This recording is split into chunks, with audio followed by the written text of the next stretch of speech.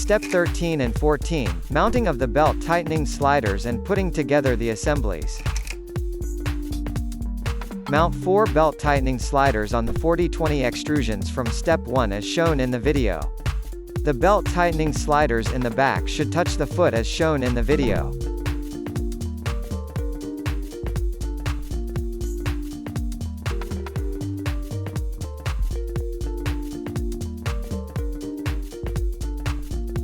The front belt tightening sliders should be placed in the front third of the printer and must be able to be moved later. Place the assembly from step 12 onto the belt tightening sliders from step 13. Connect them with screws. Move the print head out of the way, so it does not get damaged. The cables of the heat bed should face towards the power supply mainboard.